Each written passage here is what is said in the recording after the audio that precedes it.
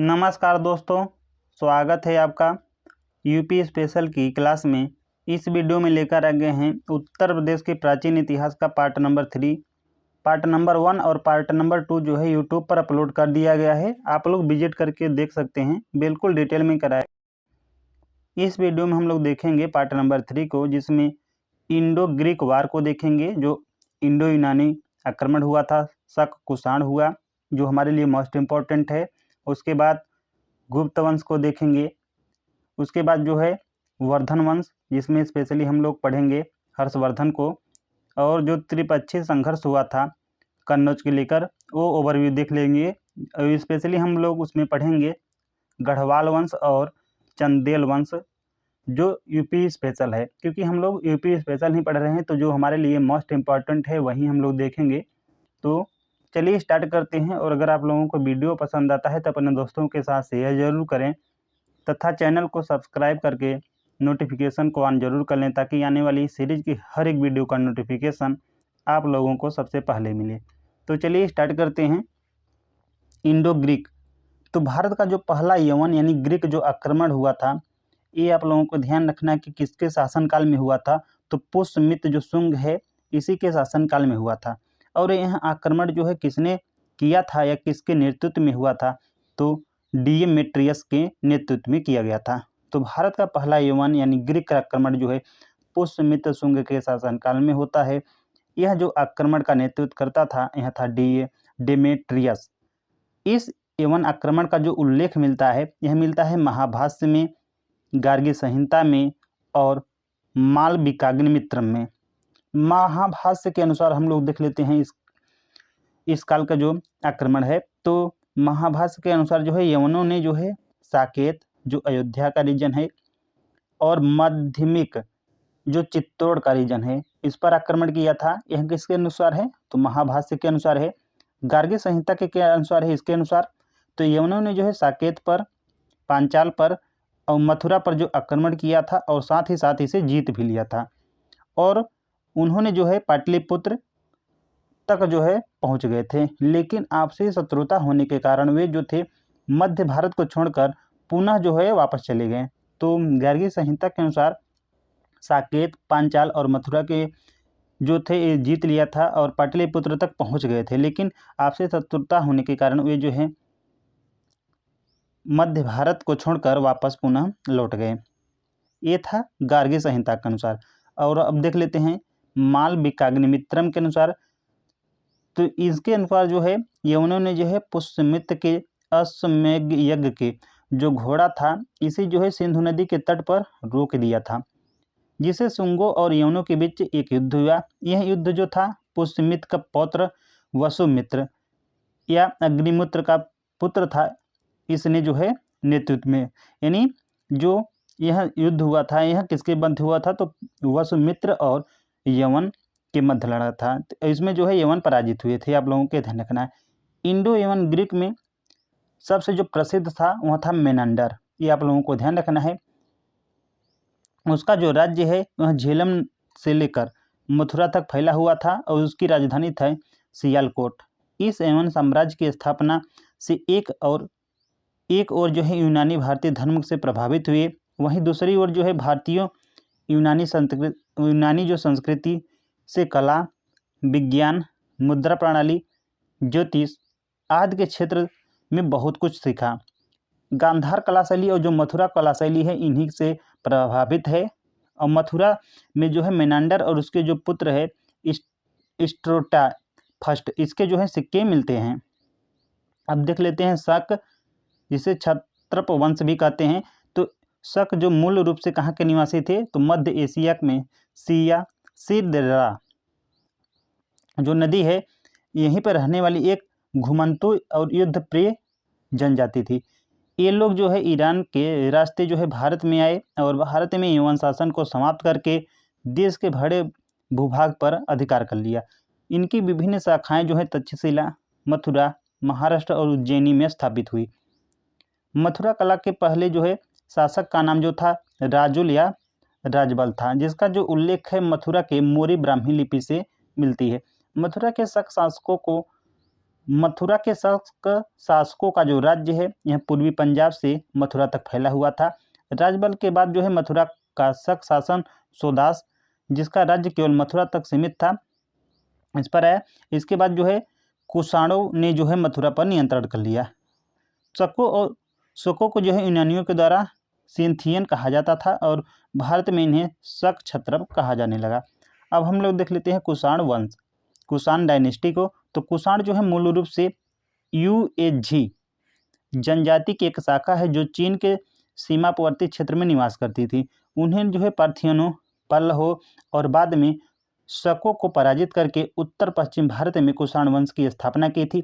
कुषाण वंश का जो पहला शासक यह था कुजुल कैडफिसेस। यह जो है कुषाण वंश का पहला शासक के साथ साथ कुषाण वंश का संस्थापक भी है। उसके बाद बीमा खडफिसेस जो है सत्ता संभालती है। उसके बाद जो है बीमा कैडफिसेस जो है सत्ता संभाली। उसके जो सिक्के हैं मथुरा तक पहुंच गए, जिन पर भगवान शिव, नंदी, त्रिशूल की आकृतियां अंकित हुई थी। यह उल्लेखनीय है कि बीमा कैडफिसेस ही भारत में स्वर्ण मुद्रा यानी जो गोल्ड कॉइन है सबसे पहले यहीं जारी किया था। उसने अपने नाम के साथ साथ महेश्वर की उपाधि भी धारण की थी, जो इस बात का प्रमाण है कि वह शैव धर्म यानी शैविज्म का अनुयायी था। ये आप लोगों को ध्यान रखना है इसे।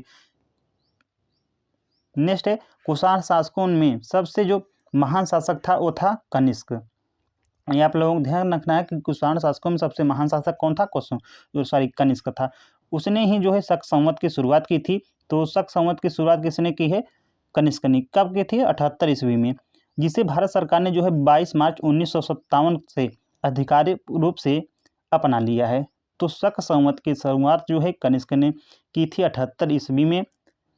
इसे ही भारत सरकार ने 22 मार्च 1957 से आधिकारिक रूप से अपनाया है। उत्तर प्रदेश में कई हिस्सों से मिले सिक्कों और अभिलेखों से यह सिद्ध होता है कि यह क्षेत्र कभी जो है कुषाण साम्राज्य का भाग हुआ करता था। कनिष्क का साम्राज्य जो है गंधार, अवध और वाराणसी तक जो है फैला हुआ था। उसकी राजधानी जो है पुरुषपुर थी और उसके जो पूर्वी साम्राज्य की जो राजधानी थी यह थी मथुरा। मथुरा का जो गवर्नर था वह था खर पल्लान। अब कुषाण साक्ष्य के हम लोग देख लेते हैं। कुषाण काल के साक्ष्य जो मिले हैं यूपी में, तो खैराडीह मोस्ट इंपॉर्टेंट है। खैराडीह पहले यहाँ ध्यान रखना है आप लोगों को, कहाँ पड़ता है? तो बलिया में। यहाँ से जो है कुषाण कालीन बस्ती के अवशेष मिले हैं। सारनाथ से जो है कनिष्क के शासन के तीसरे वर्ष का उल्लेख मिलता है। तो ध्यान रखना है सारनाथ से जो कनिष्क के शासन के तीसरे वर्ष का एक अभिलेख मिलता है। यहाँ पे अभिलेख है। मथुरा और अन्य स्थानों से अभिलेख संरचनाएं और मूर्तियां प्राप्त हुई हैं। उस समय जो है मथुरा व्यापार और संस्कृति का महत्वपूर्ण केंद्र था। तो मोस्ट इंपॉर्टेंट है कुषाण के शासनकाल में जो है मथुरा जो है व्यापार और संस्कृति का केंद्र था। कुषाण में स्पेशली जो है कनिष्क के शासनकाल में। तो कनिष्क के शासनकाल में कला के क्षेत्र में 2 स्वतंत्र शैलियां हुई थी। कौन कौन से? कंधार और मथुरा शैली।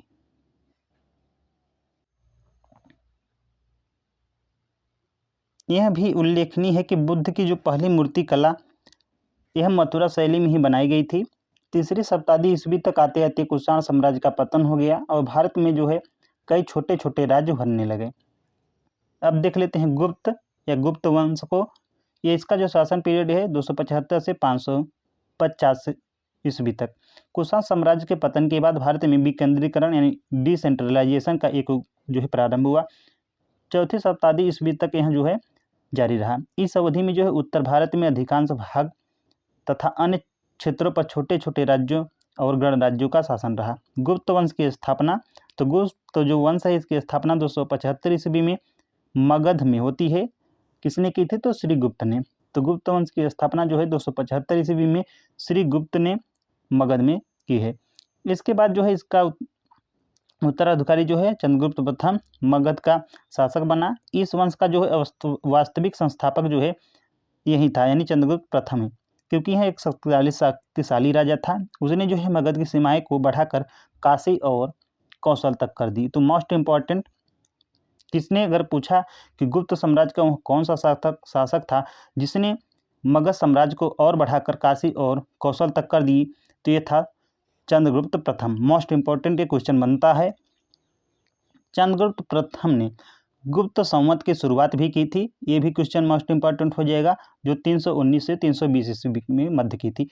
उनके द्वारा जो है राजा रानी प्रकार के स्वर्ण सिक्के यानी गोल्ड कॉइन्स जारी किए गए थे, जिन्हें दिनार कहा जाता है। समुद्रगुप्त, जिसे भारत का नेपोलियन कहते हैं, इसे देख लेते हैं थोड़ा सा। तो चंद्रगुप्त प्रथम के बाद उसका जो पुत्र होता है समुद्रगुप्त, यह जो है मगध के सिंहासन पर बैठा। उसी जो है इतिहासकार भारत का नेपोलियन भी कहते हैं। उसके आर्यावर्त और दक्षिणापथ अभियान का विवरण जो है प्रयाग प्रशस्ति में मिलता है। आर्यावर्त में जो है 9 राज्य थे, जिनमें 4 राज्य जो है उत्तर प्रदेश में स्थित हैं। समुद्रगुप्त के समय जो है पूरा उत्तर प्रदेश जो है गुप्त वंश या गुप्त साम्राज्य का अंग था। चंद्रगुप्त द्वितीय विक्रमादित्य जिसे कहते हैं। तो चंद्रगुप्त द्वितीय विक्रमादित्य देख लेते हैं। तो समुद्रगुप्त के बाद उसका जो पुत्र होता है चंद्रगुप्त द्वितीय, यह जो है गद्दी पर बैठता है। वह जो है विद्या और कला का महान संरक्षक था। इसी के शासनकाल में मोस्ट इम्पॉर्टेंट है जो ये नवरत्न थे, जैसे कि महाकवि कालिदास, धन्वंतरी वैद्य थे, यानी वैद्य जो धन्वंतरी हैं, गणितज्ञ छपड़क, शब्दकोशकार अमरसेन, ज्योतिष शंकु और दार्शनिक बेताल भट्ट। इसके साथ ही कवि घटक पर्व और खगोल शास्त्री बराहमिहिर और व्याकरणाचार्य यह थे वरुचि। ये मोस्ट इम्पॉर्टेंट जो है नवरत्न जो चंद्रगुप्त द्वितीय के दरबार में रहते थे। अब देख लेते हैं कुमारगुप्त प्रथम। तो कुमारगुप्त प्रथम 415 से 455 ईस्वी तक। चंद्रगुप्त द्वितीय के बाद उसका पुत्र जो है कुमारगुप्त प्रथम यह सम्राट बना। इसके जो अभिलेख हैं उत्तर प्रदेश के बिलसड़, एटा, कर्मदंड अयोध्या तथा मन कुंवर प्रयागराज से प्राप्त हुए हैं। तो कुमारगुप्त प्रथम के जो अभिलेख हैं कहाँ कहाँ से प्राप्त हुए हैं उत्तर प्रदेश में, तो बिलसड़ एटा से, कर्मदंड अयोध्या से और मन कुंवर प्रयागराज से प्राप्त हुए हैं। कुमारगुप्त जो होता है यहाँ वैष्णव धर्म का अनुयायी हो जाता है। गढ़वा जो प्रयागराज का अभिलेख है यहाँ से परम भागवत कहा गया है इसे। तो ध्यान रखना है, गढ़वा प्रयागराज अभिलेख से उसे जो है परम भागवत कहा गया। कर्मंड जो अभिलेख से यह ज्ञात होता है कि उसका जो गवर्नर पृथ्वीसेन है यह शैव धर्म का अनुयायी था। यह आप लोगों को ध्यान रखना है। अब देख लेते हैं स्कंदगुप्त को 455 से 467 ईस्वी तक। तो कुमारगुप्त के बाद स्कंद जो गुप्त है सम्राट बनता है। उसने जो है हूण आक्रमणकारी खुशृंग को जो है पराजित कर भारत की रक्षा की है। इसका जो प्रमाण जो है किससे मिलता है, तो भीतरी जो स्तंभ लेख है यहाँ से मिलता है। तो ध्यान रखना है, जो स्कंदगुप्त है यह जो है हूण आक्रमणकारी जो खुशृंग था इसे पराजित करता है। इसका जो साक्ष्य मिलता है यह भीतरी स्तंभ जो गाजीपुर में है वहाँ से मिलता है, जिसमें उसकी उपाधि विक्रमादित्य अंकित की गई है। गोरखपुर से प्राप्त कहम अभिलेख, जो गोरखपुर से प्राप्त कहम अभिलेख है उसमें उसकी उपाधि जो है शुक्रपम दी गई है। तो मोस्ट इंपॉर्टेंट ये भी क्वेश्चन है कि जो कहम अभिलेख है यह कहाँ पर स्थित है, तो यह गोरखपुर में स्थित है। और जो भीतरी स्तंभ लेख है यह कहाँ पर स्थित है, तो गाजीपुर में स्थित है। जो गोरखपुर स्तंभ लेख है या कहम जो अभिलेख है यहाँ पर जो है इसकी उपाधि शक्रोपन होता है। और जो गाजीपुर वाला है यहाँ पर विक्रमादित्य होता है। इसमें उल्लेखनीय है कि उसने जो है गंगा और यमुना नदियों के बीच के क्षेत्र अंतर्वेदिक में गवर्नर सर्वनाग और उसके पुत्र अमरदंत का अंत किया था। अब देख लेते हैं गुप्तकालीन स्थापत्य और उसका धर्म। तो गुप्त काल का सबसे उत्कृष्ट जो मंदिर है, मोस्ट इम्पॉर्टेंट, दशावतार का मंदिर जो देवगढ़ में है, यह कहाँ पड़ता है, तो ललितपुर में पड़ता है। तो गुप्त काल का सबसे मोस्ट इम्पॉर्टेंट जो मंदिर है दशावतार का मंदिर जो देवगढ़ में पड़ता है ललितपुर में। यह जो है वैष्णव धर्म से संबंधित है, जहाँ भगवान विष्णु शेषनाग के सैया पर विराजमान हुए हैं। इसके अतिरिक्त जो है भीतरगांव का जो मंदिर है कानपुर में, यह जो है ईंटों से बना हुआ मंदिर है, मोस्ट इम्पॉर्टेंट है। प्राचीन इतिहास का मोस्ट इम्पॉर्टेंट ये मंदिर है, ईंटों से बना हुआ, यह भी गुप्त काल से रिलेटेड है। इसके बाद जो भीतरी स्तंभ लेख है गाजीपुर, ये भी गुप्त काल से रिलेटेड है। यहाँ से जो है गुप्तकालीन जो है मंदिरों का अवशेष मिले हुए हैं। प्रशासनिक व्यवस्था कैसी थी गुप्त काल की, तो गुप्त साम्राज्य में जो है अनेक भुक्तियों या प्रांतों में बांटा गया था। सामान्यतः उत्तर प्रदेश कौशाम्बी भुक्ति के अंतर्गत आता था, आप लोगों को ध्यान रखना है। तो जो उत्तर प्रदेश है किसके अंतर्गत आता था, तो कौशाम्बी जो भुक्ति है इसके अंतर्गत आता था। तो गुप्त साम्राज्य को अनेक भुक्तों में बांटा गया था, जो उत्तर प्रदेश है कौशाम्बी भुक्ति के अंतर्गत आता था। अब देख लेते हैं पोस्ट गुप्ता पीरियड यानी उत्तर गुप्त काल को। तो गुप्त साम्राज्य के पतन के बाद भारत के इतिहास में जो है पुनः जो है विकेंद्रीकरण यानी डिसेंट्रलाइजेशन और क्षेत्रीयता रीजनलिज्म की प्रवृत्ति जो है प्रबल हो गई थी। यह प्रवृत्ति जो है लगभग 1000 वर्षों तक विभिन्न रूपों में भारत की राजनीति पर प्रभाव डालती रही। राजनीतिक केंद्र का परिवर्तन तो 7वीं शताब्दी तक आते आते पाटलिपुत्र का जो स्थान है यहाँ कन्नौज ले लेता है। तो जो समय जिसे कन्नौज जो पहले 7वीं शताब्दी से पहले जो मोस्ट इम्पोर्टेंट पाटलिपुत्र था, जो मगध का एक कैपिटल है, मतलब कि राजधानी हुआ करता था, अब जो है यह उसका स्थान कौन ले लेता है, तो कन्नौज ले लेता है। यह कहाँ पर है, तो यह उत्तर प्रदेश में है। इस कन्नौज के लिए जो है बहुत ज़्यादा त्रिपक्षीय संघर्ष हुआ था, अभी हम लोग देखेंगे। तो इस प्रकार कन्नौज जो है उत्तर भारत का प्रमुख राजनीतिक केंद्र बन गया। मौखरी वंश देख लेते हैं। तो कन्नौज के मौखरी वंश की स्थापना हरिवर्मा ने 510 ईस्वी में की थी। तो मौखरी वंश की स्थापना किसने की थी, तो हरिवर्मा ने की थी। कब की थी, 510 ईस्वी में। प्रारंभ में यह वंश जो है गुप्त सम्राटों के सामंत के रूप में कार्य करता था, ये आप लोगों को ध्यान रखना है। उसके बाद वो अलग हो गया था। तो मौखरी वंश की स्थापना किसने की थी, तो हरिवर्मा ने 510 ईस्वी में। हुड़ आक्रमण देख लेते हैं अब थोड़ा सा। तो 484 ईस्वी में उत्तर पश्चिम में चीन के श्वेत हुड़ ने इस पर जो है आक्रमण किया था। अपने नेताओं तोमर और मिहिर कुल के नेतृत्व में यह आक्रमण हुआ था। मथुरा, कन्नौज, कौशाम्बी पर आक्रमण किया तथा इन नगरों को जला डाला था। उस समय कन्नौज के मौखरी शासक ईशन वर्मा थे। तो उस समय जो मौखरी वंश का शासक था वो कौन था, ईशन वर्मा। उन्होंने ही हुड़ों को पराजित कर उत्तर भारत को हुड़ों के अत्याचार से मुक्त कराया था। ये था हुड़ आक्रमण, जो हमारे लिए मोस्ट इम्पॉर्टेंट है। आप देख लेते हैं पुष्यभूति वर्धन वंश को। तो वर्धन वंश का उदय होता है अब। तो इसके पश्चात जो है पुष्यभूति या वर्धन वंश जो है, पुष्यभूति या वर्धन डायनेस्टी ने कन्नौज पर अपना शासन किया। यह वंश जो है आगे चलकर हर्षवर्धन जैसे महान सम्राट को जन्म देता है, जिसके शासनकाल में कन्नौज भारतीय राजनीतिक केंद्र का केंद्र बिंदु बन जाता है। ये मोस्ट इम्पॉर्टेंट है हम लोगों को। महान जो सम्राट होता है हर्षवर्धन, यही हम लोगों को देखना है थोड़ा सा। तो वर्धन वंश पुष्यभूति वंश भी कहते हैं जिसे। तो इस वंश का जो संस्थापक होता है यह था पुष्यभूति, इसी कारण इसे पुष्यभूति वंश भी कहा जाता है। प्रभाकर वर्मन, यह जो है प्रभाकर वर्मन जो है इस वंश का थानेश्वर जो हरियाणा में पड़ता है, यहाँ में जो है स्वतंत्र शासक के रूप में प्रतिष्ठित किया था। उसके पुत्र थे कौन कौन से, राज्यवर्धन तथा हर्षवर्धन। तो हम लोगों को हर्षवर्धन ही पढ़ना है। तो हर्षवर्धन जो है 606 से 647 ईस्वी तक जो है शासन किया था। अपने पिता प्रभाकर वर्मन के पश्चात राज्य संभाला हुआ। मतलब कि हर्षवर्धन का जो शासन पीरियड है, पूछता है कई बार कि इसका जो शासनकाल था कब से कब तक था, तो 606 से 647 ईस्वी तक ये था। उसने जो है अपने भाई राज्यवर्धन की मृत्यु के बाद कन्नौज पर अधिकार कर उसे जो है अपनी राजधानी बना दिया कन्नौज को।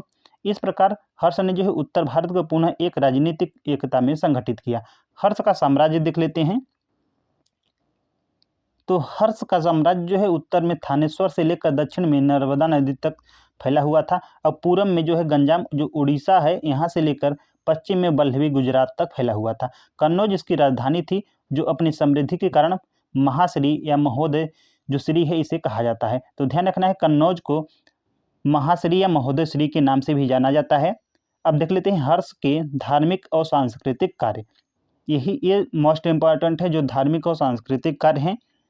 तो हर्षवर्धन ने जो प्रयाग या आधुनिक प्रयागराज में एक धर्म सभा का आयोजन किया था, यानी रिलीजियस असेंबली का जो आयोजन होता है यह प्रयाग वर्तमान प्रयागराज में यह किसने करवाया था, तो हर्षवर्धन ने। हर 5 वर्ष के बाद, तो हर 5वें वर्ष जो है प्रयाग में मोक्ष परिषद का आयोजन भी करता था। तो ध्यान रखना है, मोक्ष परिषद का आयोजन कहाँ होता था, तो प्रयाग में ही होता था, जिसमें सभी धर्मों के विद्वान और साधु संत एकत्रित होते थे। हर्षकालीन समाज और प्रशासन देख लेते हैं। तो हर्षकालीन समाज और हर्षकालीन शासन व्यवस्था कन्नौज की वृद्धि और आर्थिक सहिष्णुता का वर्णन करती है। चीनी यात्री ह्वेनसांग ने ही अपनी यात्रा वृत्तांत जो सी यू की बुक है, यह किसने लिखा है, तो ह्वेनसांग ने। इसी में जो है इसके इस काल का जो है वर्णन मिलता है। तो सीयूकी का विस्तार किया है, मतलब कि इसी में। तो चीन यात्री ह्वेनसांग ने अपनी यात्रा वृत्तांत सीयूकी में इसका विस्तार से वर्णन किया है। इसी प्रकार जो है बाणभट्ट ने अपने ग्रंथ, जो धर्म ग्रंथ उसका ग्रंथ था बाणभट्ट का, तो इसी प्रकार जो है बाणभट्ट के ने अपने ग्रंथ जो हर्षचरित है, इसमें जो है हर्ष के जीवन हुआ, कार्य और उत्तर प्रदेश के अन्य स्थानों का वर्णन करते हैं। तो मोस्ट इंपॉर्टेंट है बाणभट्ट और हर्षचरित, ये इनकी जो बुक है बहुत ज़्यादा मोस्ट इंपॉर्टेंट है। इसी में जो है हर्षवर्धन का जीवन, कार्य, उत्तर प्रदेश के अन्य स्थानों का वर्णन मिलता है। हर्ष द्वारा जो आयोजित सभाएं होती थी कौन कौन से, तो हर्षवर्धन ने 2 सभाएं आयोजित की थी। कौन कौन से, कन्नौज में तथा दूसरा है प्रयागराज में। तो कन्नौज में अंतर्राष्ट्रीय बौद्ध परिषद और प्रयाग में मोक्ष परिषद का आयोजन करता था। ये था हमारे लिए जो है हर्षवर्धन, जो यूपी स्पेशल के लिए बहुत ज़्यादा महत्वपूर्ण था। अब देख लेते हैं यहीं कन्नौज के लिए त्रिकोणीय संघर्ष। तो कन्नौज का महत्व, जो गंगा यमुना के द्वाब में स्थित है, अत्यंत उपजाऊ क्षेत्र था और देश के सभी हिस्सों के व्यापार मार्ग यहीं से जो है गुजरते थे। इसी कारण जो है कन्नौज को जो है महोदया या नगर महोदया श्री के नामों से भी जाना जाता था। वर्धन वंश के बाद, वर्धन वंश और इसके बाद जो है वर्धन वंश के बाद कन्नौज पर कुछ समय के लिए, वर्धन वंश के बाद कन्नौज पर कुछ समय के लिए एक शक्तिशाली शासक यशोवर्मन का शासक रहा। उसके बाद आयुध वंश की स्थापना हुई। अब देख लेते हैं त्रिकोणीय संघर्ष जो 8वीं शताब्दी ईस्वी में। तो आयुध वंश के राजा इंद्रयुद्ध के समय उत्तर भारत में कन्नौज के सत्ता पर त्रिकोणीय संघर्ष शुरू हुआ था। यह संघर्ष जो है 3 प्रमुख शक्तियों के बीच हुआ था। फर्स्ट है पाल वंश, जो बंगाल और बिहार पर शासन करते थे। गुर्जर प्रतिहार वंश, जो उत्तर पश्चिम भारत में शासन करते थे। और राष्ट्रकूट वंश, मध्य और दक्षिण भारत में शासन करते थे। इन्हीं तीनों के मध्य कन्नौज के लेकर युद्ध हुआ था।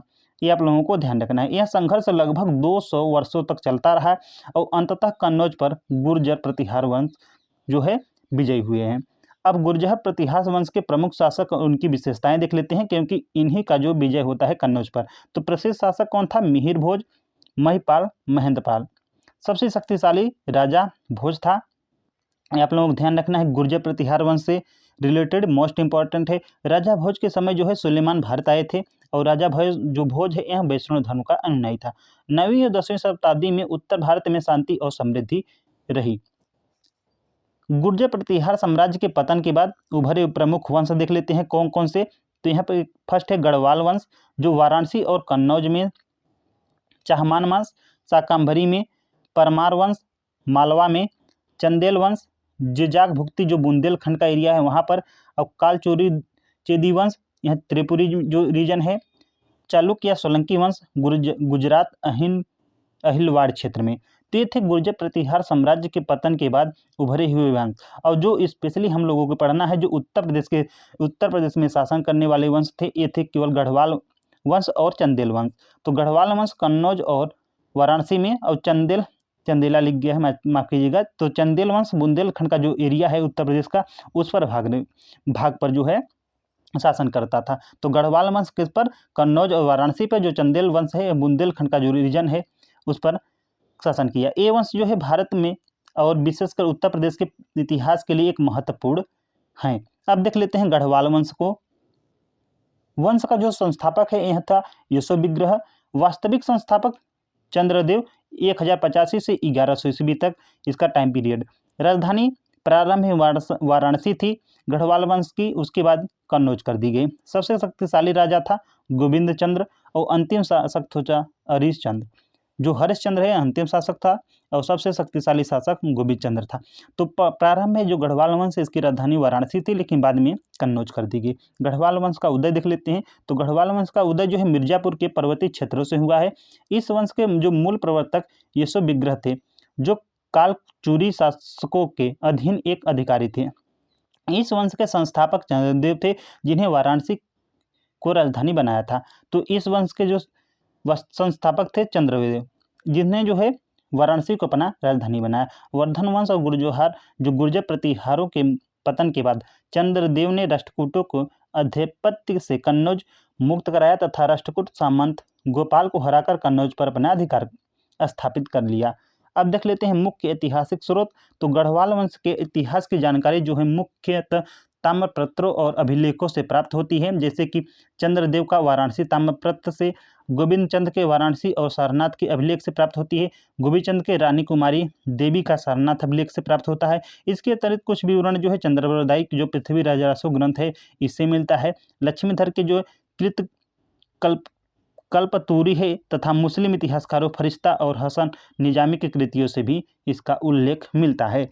तो गढ़वाल वंश का जो ऐतिहासिक स्रोत कौन कौन से रहा है, ताम्रपत्र और अभिलेख रहे हैं। चंद्रदेव का जो वाराणसी ताम्रपत्र है, गोविंद चंद के वाराणसी और सारनाथ अभिलेख है, गोविंद चंद के रानी कुमार देवी का सारनाथ अभिलेख है। इसके साथ ही पृथ्वीराज रासो से भी इनकी जानकारी मिलती है। लक्ष्मीधर के कृत्य कल्पतरु और मुस्लिम इतिहासकारों फरिश्ता और हसन निजामी के कृतियों से भी इनकी जानकारी मिलती है। गढ़वाल वंश का सबसे शक्तिशाली शासक गोविंद चंद्र, जिसका टाइम पीरियड 1014 से 1114 से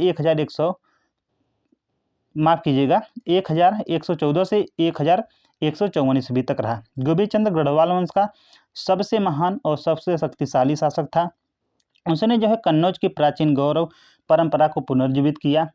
उसकी रानी कुमार देवी सारनाथ अभिलेख से उसे वाराणसी की रक्षा के लिए भगवान हरि का अवतार बताया गया है। गोविंद चंद्र स्वयं एक महान विद्वान था। उसने जो है विद्या विचार वाचस्पति की उपाधि प्राप्त की थी। यह था गोविंद चंद्र स्वयं।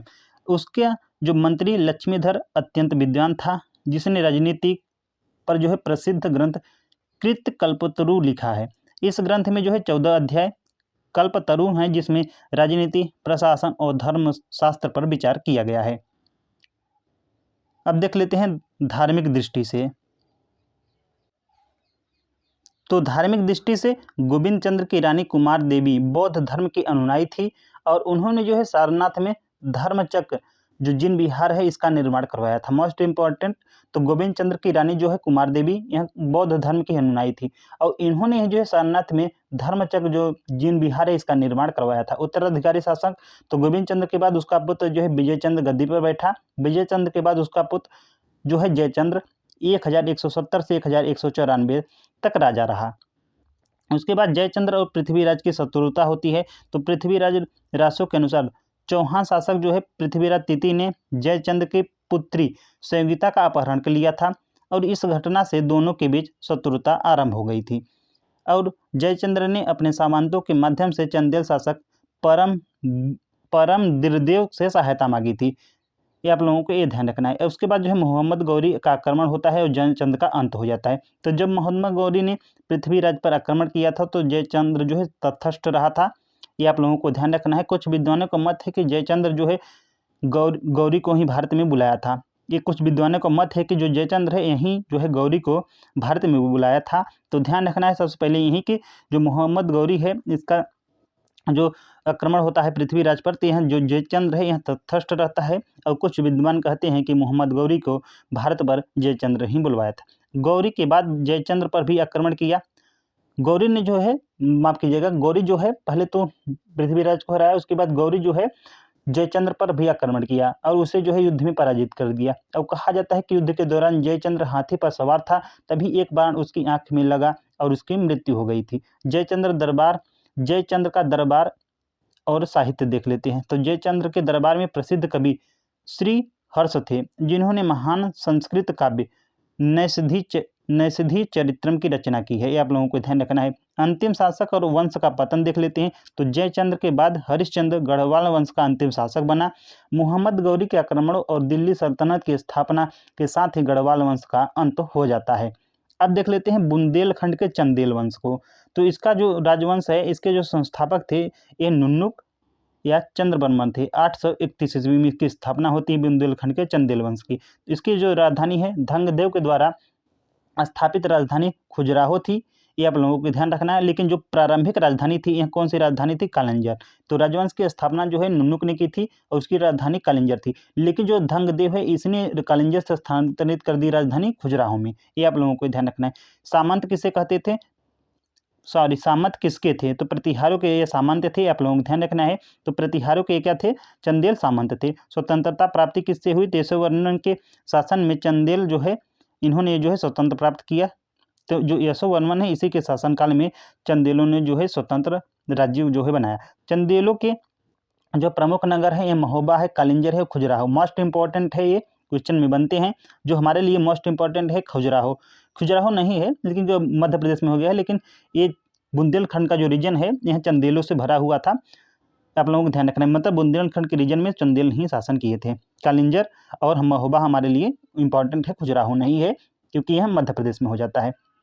महोबा राजधानी थी यशोवर्मन की, जो 925 से 950 ईस्वी तक राजधानी बनाया था महोबा को। वंश का सबसे शक्तिशाली शासक है धंगदेव था, 950 से 1002 ईस्वी तक। खजुराहो के प्रसिद्ध जो मंदिर का निर्माण है यह किसने करवाया था? तो यशोवर्मन, विद्याधर, धंगदेव, मदन वर्मन आदि शासकों ने किराया था। तुर्क आक्रमणकारी के विरुद्ध जयपाल की सहायता तो किसने की थी? धंगदेव और गांडीव ने की थी। वंश का जो अंतिम महान शासक था यह था परमिल, जो 1162 से 1203 तक इसका शासन रहा। वंश की उत्पत्ति के संबंध में जो कथन है कहाँ से इनकी उत्पत्ति हुई है, तो पृथ्वीराज रासो तथा चंदेल अभिलेखों में उल्लेख मिलता है कि ऋषि अत्रि के संयोग से चंद्रत्रेय ऋषि का जन्म हुआ था और इन्हीं चंद्रत्रेय के वंशज आके चलकर चंदेल कहलाए। तो ध्यान रखना है, पृथ्वीराज रासो तथा चंदेल अभिलेखों में यह उल्लेख मिलता है कि जो ऋषि अत्रि थे इनके जो संयोग से चंद्रात्रेय ऋषि का जन्म होता है और इन्हीं चंद्रात्रेय के वंशज आके चलकर चंदेल कहलाते हैं। चंद्रमा के संबंध होने के कारण यह जो है चंद्रवंशी क्षत्रिय माने जाते हैं। चंदेलों का नाम जो है राजपूतों की 36 कुल सूची में भी मिलता है। राज्य का नाम और क्षेत्र, तो चंदेलों का जो राज्य है बुंदेलखंड का रीजन था, तो इसे जे जग भुक्ति भी कहलाता था। तो ध्यान रखना है, जे जग भुक्ति भी इसे कहते हैं। चंदेलों का जो राज्य था। महोबा से प्राप्त एक अभिलेख के अनुसार तीसरे चंदेल शासक जय शक्ति ने अपने नाम पर इस क्षेत्र का नाम जे जग भुक्ति रखा था। ये आप लोगों को ध्यान रखना है, तो किसने रखा था या किसके नाम पर ये जे जग भुक्ति हुआ था? तो जो चंदेल वंश का जो तीसरा शासक था, जो तीसरा शासक है जगशक्ति, इसी के शासन मतलब कि इसी के नाम पर यह पड़ता है। कालांतर में यही क्षेत्र जो है बुंदेलखंड कहलाने लगा और बुंदेल वंश के नाम से यह प्रचलित हो गया। ये आप लोगों को ध्यान रखना है। इसे प्राचीन इतिहास जानने के प्रमुख स्रोत कौन कौन से हैं? तो चंदेल शासकों के द्वारा अभिलेखों तथा साहित्य प्रमाणों से इस वंश का जो है इतिहास ज्ञात होता है। तो मुख्य स्रोत देख लेते हैं कौन कौन से हैं। तो धंगदेव के 2 अभिलेख हैं। कौन कौन से? खजुराहो से प्राप्त होते हैं। तो यह खजुराहो से जो अभिलेख प्राप्त होता है धंगदेव का, यहाँ से जानकारी मिलती है। उसके साथ ही जो मदन वर्मा का मऊ अभिलेख है इससे जानकारी मिलती है। महोबा का शिलालेख है इससे जानकारी मिलती है। कृष्ण मिश्र की प्रबोध चंद्रोदय से मिलती है। चंद्रबरदाई की पृथ्वीराज रासो से, और जगनी के जो अलाखंड है इससे भी चंदेलों के जो शासक है इसकी जानकारी मिलती है। इन ग्रंथों से जो है चंदेलों की वीरता, धर्मनिष्ठा, कला, स्थापत्य के बारे में जानकारी मिलती है। प्रारंभिक शासकों में वक्ति, जयशक्ति, विजयशक्ति, राहिल, हर्षदेव प्रमुख थे। यशोवर्मन, इसका टाइम पीरियड 925 से 950 ईस्वी तक। धंगदेव 950 से 1002 ईस्वी तक। गांडीव, विद्याधर इस वंश के प्रमुख शक्तिशाली शासक रहे। इन्हें अभी हम लोग डिटेल में भी देखेंगे यशोवर्मन को, धंगदेव के, क्योंकि यूपी स्पेशल है, क्योंकि पूछेगा, क्योंकि बुंदेलखंड का जो रीजन है हमारे यूपी में ही आता है, तो क्वेश्चन बनते हैं। विद्याधर के बाद कई अन्य शासक हुए, जैसे कि अंतिम महान शासक था परमधीर या परमिल, जो इसका टाइम पीरियड था 1162 से 1203 ईस्वी तक। अब देख लेते हैं यशोवर्मन को, जो मोस्ट इंपॉर्टेंट है। तो यशोवर्मन का जो टाइम पीरियड है 925 से 950 ईस्वी तक। यह चंदेल वंश का प्रथम स्वतंत्र और शक्तिशाली शासक था। मोस्ट इंपॉर्टेंट क्वेश्चन है, क्वेश्चन के रूप में बन सकता है कि चंदेल वंश का प्रथम स्वतंत्र और शक्तिशाली शासक कौन था? तो यह था यशोवर्मन। यशोवर्मन का जो टाइम पीरियड है 925 से 950 ईस्वी तक, यानी 25 साल तक यह शासन किया है। परिचय क्या था? तो यशोवर्मन जो है चंदेल वंश का एक महान और प्रभावशाली शासक था, जिसने जो है इस वंश को गुर्जर प्रतिहारों के अधीन सामंत से उठाकर स्वतंत्र सत्ता में परिवर्तित किया। उसके शासनकाल में चंदेल जो राज्य ने स्वतंत्रता, शक्ति, संस्कृति, समृद्धि ने ऊंचाइयां प्राप्त की। प्रमुख विजय एवं कार्यों का विवरण देख लेते हैं। तो कालिंजर दुर्ग, जो कालिंजर दुर्ग है यह कहाँ पड़ता है? तो बांदा में पड़ता है। तो यशोवर्मन ने सबसे पहले गुर्जर प्रतिहार शासक देवपाल से ही कालिंजर दुर्ग जो है छीन लिया था। तो ध्यान रखना है, कि जो यशोवर्मन है यही जो है सबसे पहले गुर्जर जो प्रतिहार शासक था देवपाल, इसी से जो कालिंजर को जो दुर्ग है इसे छीना था। कालिंजर दुर्ग जो है चंदेलों की शक्ति का प्रतीक बना और आगे चलकर यहाँ उनका प्रमुख गढ़ भी बन गया। प्रयाग या इलाहाबाद पर विजय, तो उसने जो है प्रयाग पर विजय प्राप्त की, जिससे गंगा यमुना के द्वार पर उसका अधिकार स्थापित हो गया। देख रहे हैं यशोवर्मन को। खजुराहो अभिलेख में जो वर्णन है इसे देख लेते हैं। तो खजुराहो अभिलेख में वर्णन, तो खजुराहो के अभिलेख में उल्लेखनीय है कि उसने जो है कालिंद यानी यमुना, जोहनी यानी गंगा की पुत्रियों को एक एक करके अपना क्रीडांगन बनाया। इसका अर्थ है कि यशोवर्मन ने गंगा और यमुना के तटवर्ती प्रदेशों को अपने राज्य में मिला लिया था। खजुराहो में विष्णु मंदिर, लक्ष्मण मंदिर का निर्माण, तो यशोवर्मन ने ही खजुराहो में विश्व प्रसिद्ध मतलब विष्णु मंदिर यानी लक्ष्मण मंदिर का निर्माण कराया। इस मंदिर में वैकुंठ विष्णु की प्रतिमाएं स्थापित की गई हैं,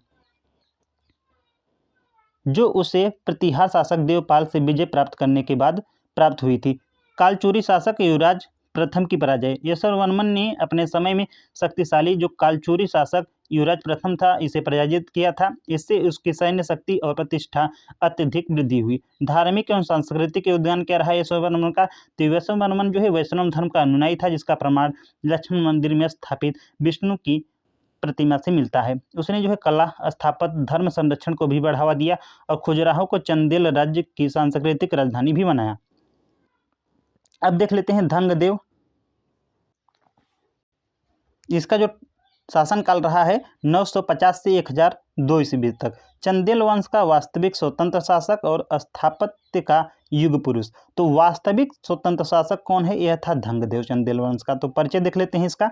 तो धंगदेव चंदेल वंश का सबसे शक्तिशाली और प्रभावशाली शासक बना। इसने जो है चंदेल स्वतंत्रता का वास्तविक संस्थापक भी कहा जाता है। इसने जो है अपने शासनकाल में न केवल राज्य का विस्तार किया बल्कि चंदेल शक्ति को उत्तर भारत में भी प्रतिष्ठा दिलाई। राजधानी परिवर्तन और शासन का विस्तार, तो धंगदेव ने अपनी राजधानी कालिंजर से बदलकर खजुराहो को बना लिया। खजुराहो आगे चलकर चंदेल राज्य का दीर्घकालिक राजधानी भी रही है। उसके शासनकाल में ही चंदेल राज्य का विस्तार ग्वालियर और वाराणसी तक फैल गया। मुख्य विजयों का वर्णन देख लेते हैं। तो फर्स्ट है ग्वालियर पर विजय। तो धंगदेव की सबसे महत्वपूर्ण जो विजय है यह ग्वालियर की विजय है। सहस्रबाहु यानी सास बहू के मंदिर के अभिलेख 1036 ईस्वी के अनुसार कछवाहा शासक ब्रज दमन ने पहले प्रतिहारों से ग्वालियर जीता था। उसके बाद जो है उसने चंदेलों की अधीनता स्वीकार करनी पड़ी थी।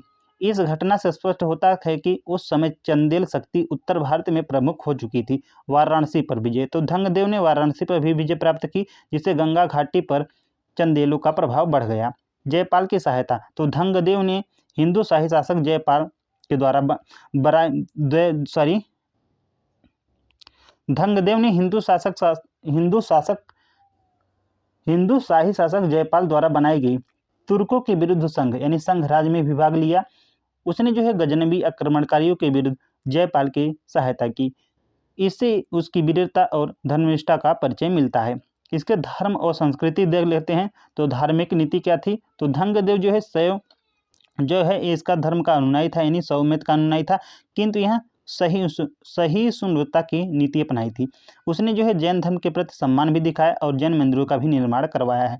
धंगदेव ने मंदिर का निर्माण, तो उसने जो है खजुराहो में विशाल मंदिरों का भी निर्माण करवाया, जिनमें जिन्नानाथ मंदिर जो जैन धर्म से रिलेटेड है, वैद्यनाथ मंदिर शिव को समर्पित है, विश्वनाथ मंदिर जो शिव को समर्पित है। ये खजुराहो में विशाल मंदिर का निर्माण करवाया था। जिसके साथ ही जिन्नानाथ मंदिर जो जैन धर्म से रिलेटेड है, वैद्यनाथ मंदिर शिव को समर्पित है, विश्वनाथ मंदिर यह भी शिव को समर्पित है। यही कारण है कि खजुराहो के अधिकांश भव्य मंदिरों का निर्माण धंगदेव के शासनकाल में ही हुआ था। शैव भक्ति का चरण उदाहरण, तो अपने जीवन के अंतिम चरण में धंगदेव ने प्रयागराज जो वर्तमान उल्टा लिख दिया है, जो इलाहाबाद पहले था अब इसे प्रयागराज कर दिया गया है। तो प्रयागराज में गंगा यमुना संगम पर रुद्र ध्यान करते हुए अपने प्राण जो है त्याग कर दिए। यह घटना उसकी आध्यात्मिक प्रवृत्ति को दर्शाती है। प्रशासन और दरबार, तो उसका मंत्री प्रभास और न्यायाधीश जज भट्ट यशोधर अपने समय के महान विद्वान माने जाते हैं। उसके शासन कला में जो है कला, स्थापत्य और धर्म तीनों जो है समन्वय हुआ था। उपाधि और गौरव, तो धंगदेव ने सबसे पहले महाराजाधिराज की उपाधि धारण की थी। उसने चंदेल साम्राज्य को स्वतंत्र, समृद्ध और गौरवशाली बनाया। अब देख लेते हैं गणदेव, जो 1002 से 1019 ईस्वी तक शासन रहा। तो गणदेव को अपने पिता धंगदेव के समान एक शक्तिशाली शासक था। उसने जो है अपने पिता द्वारा स्थापित साम्राज्य की एकता और स्थिरता को बनाए रखा। उसने शासनकाल में चित्रगुप्त नामक सूर्य जो मंदिर है इसका निर्माण करवाया, जो खजुराहो के प्रमुख मंदिरों में से एक है। तो जो सूर्य मंदिर का निर्माण है किसने करवाया? गणदेव ने। यह मंदिर सूर्य देवता को समर्पित है। इसने जो है स्थापत्य कला अद्भुत उदाहरण को मिलता है। तो यह जो मंदिर है सूर्य मंदिर है, यह सूर्य देवता को समर्पित है, आप लोगों को ध्यान रखना है। अब देख लेते हैं विद्याधर 1019 से 1029 ईस्वी तक। तो विद्याधर उल्लेखित मुस्लिम इतिहासकारों ने नंद और विद्या नामों से किया है। इतिहासकार इब्न उल असीर उसे उस समय का सबसे शक्तिशाली शासक बताया है। मुख्य घटनाएं देख लेते हैं। तो इब्न उल असीर और तुबकुंद के अभिलेखों से यह ज्ञात होता है कि विद्याधर ने प्रतिहार शासक राज्यपाल को जो है इस कारण दंडित किया था क्योंकि उसने मोहम्मद गजनवी को आक्रमण पर प्रतिरोध नहीं किया था। परिणामस्वरूप राज्यपाल की हत्या 1019 में ग्वालियर के सामंत अर्जुन द्वारा कर दी जाती है। इस घटना से क्रोधित होकर मोहम्मद गजनवी जो है विद्याधर पर 2 बार आक्रमण करता है, 1019 जो 20 है इस पर, और 1021 और 22 में। हालांकि इन दोनों युद्ध में समय पर प्रत्यक्ष युद्ध नहीं हुआ था। मोहम्मद ने जो है ग्वालियर कालिंजर के किलों की घेराबंदी की, परंतु वह इन्हें जीत नहीं सका। विशेष रूप से कालिंजर का किला उस समय अभेद माना जाता था। इस प्रकार जो है विद्याधर ने गजनवी जैसे शक्तिशाली शत्रु के सामने अपनी वीरता रणनीति से अपने राज्य की स्वतंत्रता को सुरक्षित रखा। अब देख लेते हैं परमार देव या परमिल, जो जिसका शासन है 1162 से 1203 ईस्वी तक। तो परमार देव को परमिल के नाम से भी जाना जाता है, जैसे कि महोबा, ये जो महोबा में पड़ता है इसके शिलालेख से ज्ञात होता है। उसे जो है दक्षिणा दशा रणधापति भी कहा गया है। आप लोगों को ये ध्यान रखना है। मुख्य घटनाएं देख लेते हैं। तो इसके शासनकाल में चौहान वंश के जो प्रसिद्ध राजा पृथ्वीराज चौहान के संघर्ष हुआ लगभग 1182 ईस्वी तक। इस युद्ध में पृथ्वीराज ने महोबा पर अधिकार कर लिया। इसी युद्ध में परमार देव के पराक्रमिक सेनानायक अल्लाह उदल वीरगति को प्राप्त हुए, जिनकी गाथा अल्लाह उदल खंड में मिलती है। मोस्ट इंपॉर्टेंट है। पृथ्वीराज की वापसी के बाद परमार देव ने पुनः महोबा पर अधिकार कर लिया, परंतु 1203 ईस्वी में कुतुबुद्दीन ऐबक ने परमार देव को पराजित किया और कालिंजर दुर्ग पर भी अपना अधिकार कर लिया। परमार देव की मृत्यु इसी कालिंजर किले में हुई थी। परमार देव के उत्तराधिकारी त्रेकोकेवर्मन थे। चंदेल राज्य या साम्राज्य का अंत देख लेते हैं। तो चंदेलों का शासन जो है 13वीं शताब्दी तक कुछ हिस्सों में बना रहा। अंततः 1305 ईस्वी में अलाउद्दीन खिलजी ने यहाँ दिल्ली सल्तनत का शासन स्थापित कर दिया। तो ध्यान रखना है, चंदेलों का जो साम्राज्य का अंत होता है यह 1305 ईस्वी में अलाउद्दीन खिलजी ने जो है करता है। इन दिल्ली सल्तनत का शासन जो है 1305 ईस्वी में हो जाता है। संक्षेप में चंदेल वंश की विशेषताएं देख लेते हैं थोड़ा सा। तो चंदेलों ने खजुराहो, कालिंजर, महोबा जैसे प्रसिद्ध जो नगरों का निर्माण एवं विकास करवाया। उसके शासनकाल में कला, स्थापत्य, धर्म अद्भुत विकास हुआ। खजुराहो के मंदिर जिनमें लक्ष्मण, विश्वनाथ, चित्रगुप्त, बैद्यनाथ, जिननाथ आदि प्रसिद्ध मंदिर है। यह जो है विश्व प्रसिद्ध मंदिर हैं। यह जो है वंश भारतीय इतिहास में वीरता, संस्कृति और स्थापत्य कला के लिए स्मरणीय है। तो गाइज यहाँ तक था उत्तर प्रदेश का जो एंशिएंट हिस्ट्री है, ये आप लोगों को कंप्लीट करा दिया गया है। जो उत्तर प्रदेश का प्राचीन इतिहास है, 3 वीडियो आप लोगों को डिटेल में कराए हैं। अब देख लेते हैं उत्तर प्रदेश के, मतलब इस वीडियो में नहीं देखेंगे, नेक्स्ट लेक्चर में देखेंगे उत्तर प्रदेश का जो मिडीवल हिस्ट्री है। मिडीवल हिस्ट्री केवल 2 लेक्चर में आएगा, आप लोगों को पहले बता दे रहे हैं। हो सकता है थोड़ा लंबा रहे, लेकिन 2 लेक्चर ही आएगा, उसमें आप लोगों को ध्यान रखना है। उसके बाद मॉडर्न हिस्ट्री 2 या 3, थोड़ा बढ़ा देखते हैं, लेकिन आप लोगों को मैक्सिमम 4 से 5 लेक्चर में पूरा ये हो जाएगा, यानी मिडीवल और मॉडर्न, यानी 3, 5, 8, 7 से 8 लेक्चर में आप लोग अगर इसे एकदम आराम से देखते हैं, एक लेक्चर एकदम विधिवत देखते हैं और नोट्स बनाते हैं, तो हिस्ट्री का इसके बाद MCQ लगाइए, मैक्सिमम MCQ जो है सॉल्व हो जाएंगे। इससे बाहर क्वेश्चन नहीं पूछा जाएगा, चाहे UPPCS में पढ़िए, लेकिन UPPCS के लिए मैं नहीं बना रहा हूँ, पहले बता दे रहा हूँ। मैं UPSSC के लिए, जो भी UPSSC का एग्ज़ाम होता है, जूनियर असिस्टेंट, लेखपाल, जूनियर इंजीनियर हुआ, BPO, AJTA इत्यादि जो भी एग्ज़ाम होते हैं, उसके बाद UPP हुआ, इन सभी एग्ज़ामों के लिए बहुत ज़्यादा बेनिफिशियल है। इससे अधिक कोई भी नहीं पढ़ाता होगा आई थिंक। अगर आप लोग नोट्स बनाते हैं एक बार, उसके बाद इसे आप लोग शॉर्ट नोट में कन्वर्ज कर लीजिए और इसके बाद जो भी एग्ज़ाम देते हैं मैक्सिमम क्वेश्चन सॉल्व हो जाएंगे। तो मिलते हैं नेक्स्ट वीडियो में। Thanks for watching.